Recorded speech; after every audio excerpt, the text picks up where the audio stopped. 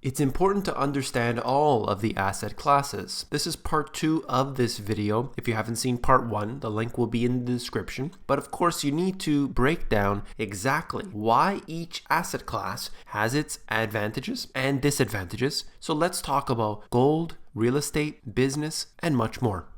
Real estate comes in many shapes and sizes, and there's a lot to it. But I personally believe that the multi-family housing is the most desired investment. And the reason is manifold. Number one, it's that you have more people giving more paychecks to you every single month. There's going to be always the case of vacancies. That's going to happen. When you have real estate, you're going to have vacancies. Obviously, there are many things you can do to minimize that. That's a whole conversation in itself. However, if you have a lot of units, let's say just pick a number, you had 100 units. If 5 people decide to pick up and go, you're still at 95% capacity. So that's a great thing. That's the way you have to think of it. If you had one tenant and one unit and that one individual left, that's it. You have nobody giving you money for that next month. So that's important. Multifamily also offers many advantages, such as property management. If you have enough units, you could then justify hiring a property management company who's going to take this business off your hands. They'll do it for you. But the primary reason really is the fact that you have many people bringing in income for you instead of just one. When you go in and calculate all the numbers, multifamily generally is the best way to go. Multifamily doesn't really exist in some places. It is definitely the case where you can see a lot of multifamily in many places around the United States. This is a great opportunity for many if you can afford it, if you can find it. There are many areas in the United States. You can watch some of Grant Cardone's videos. He has a new book that is out, and he's definitely one of the biggest proponents of multifamily real estate.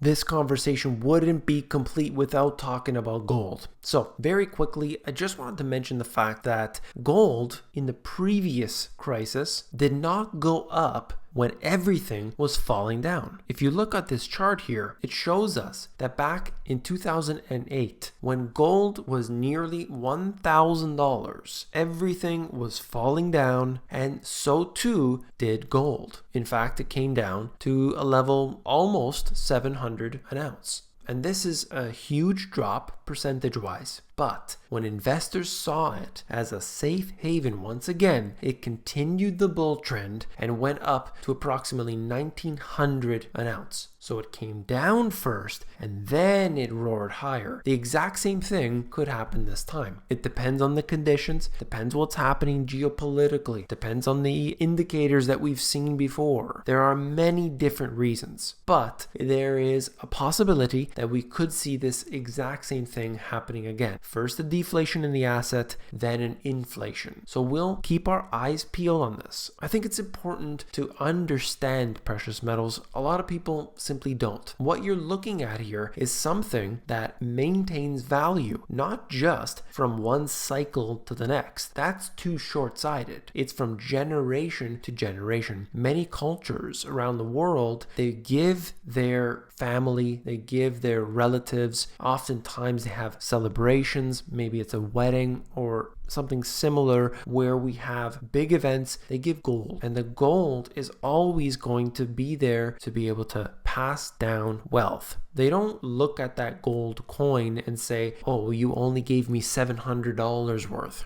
They are thinking of it as wealth. Doesn't really matter necessarily what the price is today or in 3 years from now. They're not looking at that, and I think that's the way that it should be. We don't want to necessarily buy gold today and sell it in 3.5 hours from now. That's not what it's about. That's why I completely disagree with the paper gold market and all the futures, but that's just the way it is. Business is the forgotten asset class. It's so important. You know, you can get into a business, some of of them don't cost you a dime. Some of them are very expensive, but this offers incredible opportunity. It gives you passive income, or at least the potential for passive income. It gives you tax advantages. It gives you so many different benefits, and yet people completely ignore it. And why? Because they want to be the type of investor that has nothing to do with the business. That's really short-sighted because you're missing out on a very important part of the asset classes. You need to know about business. There could be one that suits you best. A lot of people, they want to take the most passive approach to investing, and that is buying an ETF of the S&P 500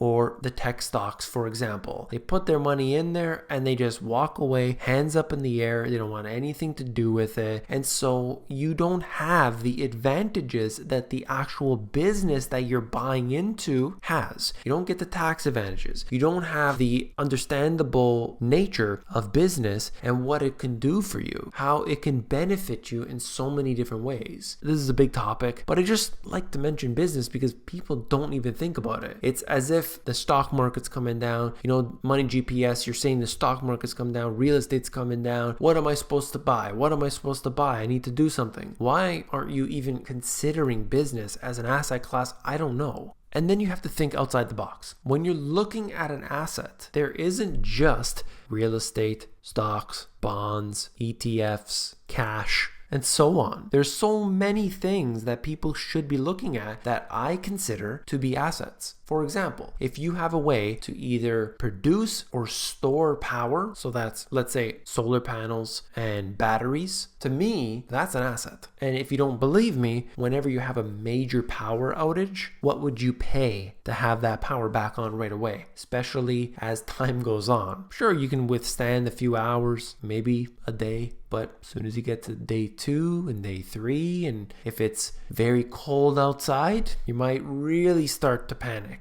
So this is important. And I just think about the situation when we look at assets. We need to start looking a little bit harder, a little bit deeper into what an asset is. Imagine you had the ability to produce most, or potentially, if you live in some areas, the total quantity of the power that you use. You could do so, store it in batteries, and that would be a way to save money. And if you want, you can sell it back to the company, maybe produce a profit, maybe you could sell it to the neighbors, who knows? But what I'm trying to point out is the fact that if you have a way to put money into something that either protects you, that produces money for you in some way, maybe you can sell food that you grow, for example. A lot of people do this and make a handsome profit. You can save money by producing your own electricity or a percentage of that electricity, and over time that would help you out, obviously. There's different ways to look at this. I just thought that this needs to be thought about, okay? It's not a linear, this is what I do. I'm going to buy an ETF of the stock market and I'm just going to let that sit in there for 30 years. I'll cash out when I'm 65. It's going to be worth 10 times as much, and that's it. That's my investment plan. This is a very, very short-sighted approach, and unfortunately, most people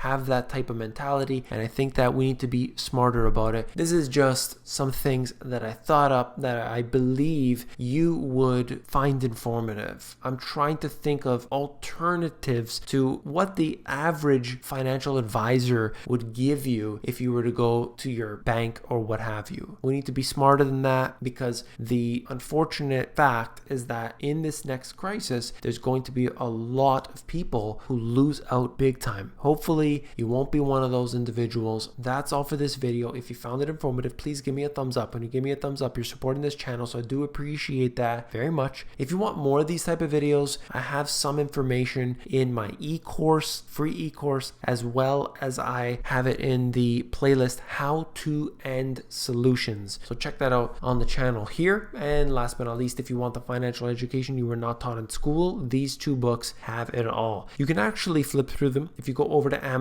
there's a look inside feature. It's going to allow you to flip through the pages of these books to see if you like them. Take care.